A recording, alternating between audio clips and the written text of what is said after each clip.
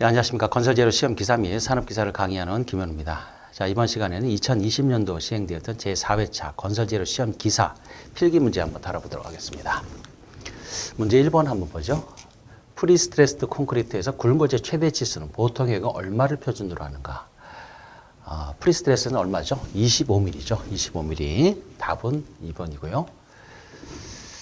2번에 콘크리트 내구성 향상 방안으로 틀린 것 있죠. 내구성. 자, 그래서 답은 1번인데요. 알칼리 금속이나 염화물의 함유량이 많은 재료를 사용한다. 이게 틀렸죠.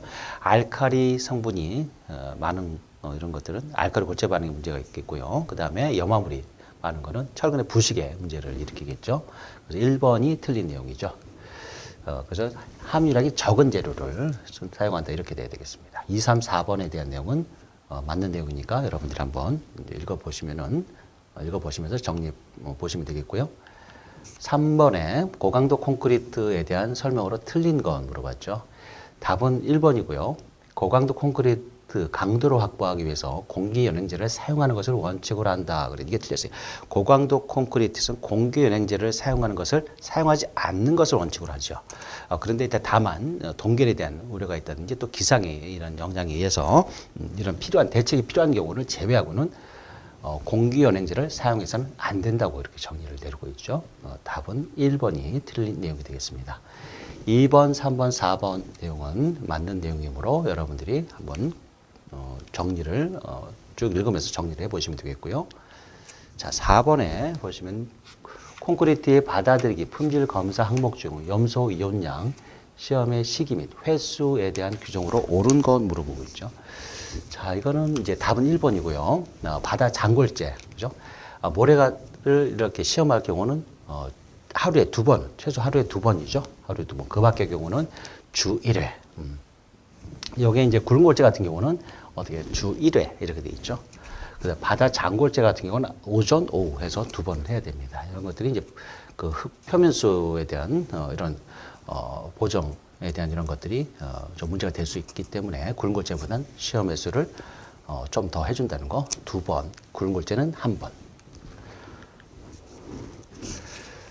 5번에 순환골재 콘크리트에 대한 설명으로 틀린 거 됐죠. 답은 2번이고요. 순환골재 콘크리트의 제조에 있어 순환골재의 최대 치수는 40mm 이하로 하되 가능하면 25mm 이하로 하는 것이 좋다. 이게 틀렸죠. 순환골재 최대 치수는 20mm.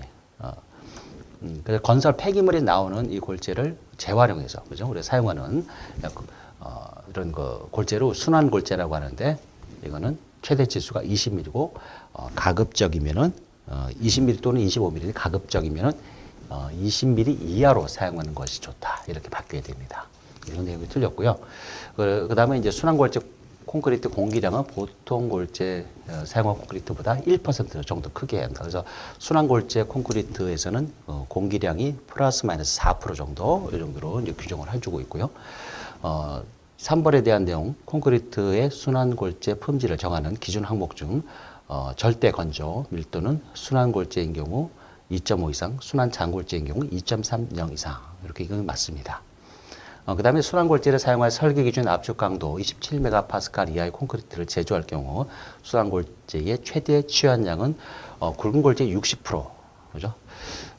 그래서 순환장골재의 최대 취한량은 전체 그 잔골재 용적의 30% 이하로 그러니까 사용량을 제한을 하고 있죠. 그만큼 순환골재에 대한 이런 그 품질에 대한 이런 부분들이 아직 좀 더 검토를 해야 되는 이런 부분에서 문제가 좀 있다고 보여지기 때문에 사용량을 좀 제한을 좀 하고 있는 거죠.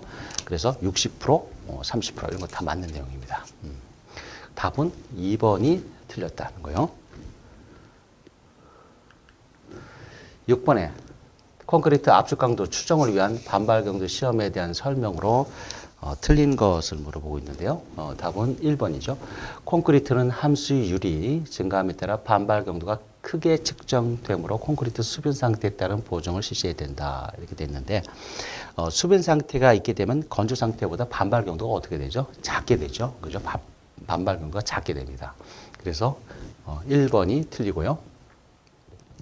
2번, 3번, 4번에 대한 내용은 맞는 거죠. 그래서 이 내용은 한번 그대로 여러분들이 정리를 다시 한번 해보시면 되겠습니다. 7번에 콘크리트 압축 강도를 시험하여 거푸집 너를 해체하고자 할 때 아래와 같은 조건에서 콘크리트 압축 강도 FCU는 얼마 이상인 경우 해체 가능하겠는가 하는 걸 물어보고 있죠. 자, 이런 경우 조건은 이제 우리가 슬라브 민면이라든가 또 나치 민면 이런 조건, 그러니까 중력 방향으로 떨어지는 이런 조건에 있을 때는 설계 기준 강도에 어떻게 되죠? 3분의 2 이상은 나와야 되고요. 그리고 최소값은 얼마냐면은 우리가 14메가파스칼, 요거보다는 커야 된다 그랬죠. 그죠? 자, 그래서 여기서 이제 24 곱하기 3분의 2를 해주면요. 16메가파스칼이 나오고요. 그래서 이거는 14보다 크기 때문에, 이걸 사용하는 최소는 14인데, 여기서는 설계 기준 강도하고 비교했을 때 3분의 2 값하고 비교해서 이게 큰 값을 써야 되니까 16메가파스칼. 요게 답이죠. 그래서 7번의 답은 4번이 되겠습니다.